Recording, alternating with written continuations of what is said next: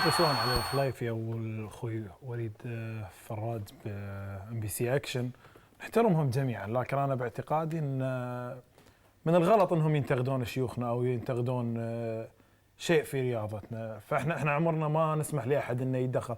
احنا في الكويت اعتقد نسمح لبعض ان ننتقد او نتكلم على بعض، لكن اذا انت في ديرتك المفروض تنتقد امور اللي في ديرتك. في خارج ديرتك انت ما تعرف شنو الامور اللي في خارج ديرتك. اليوم سواء احنا هني مع الشيخ طلال او ضد مع الشيخ طلال، مع الاتحاد او ضد الاتحاد، لكن انا باعتقادي انه مو من حق اي احد ان اليوم يتدخل في شؤون الكويت، خاصه في الشؤون الداخليه وفي شؤون مثل خلينا نقول امور سياسيه، امور سياديه، امور في مجلس امه، امور يعني امور كبيره.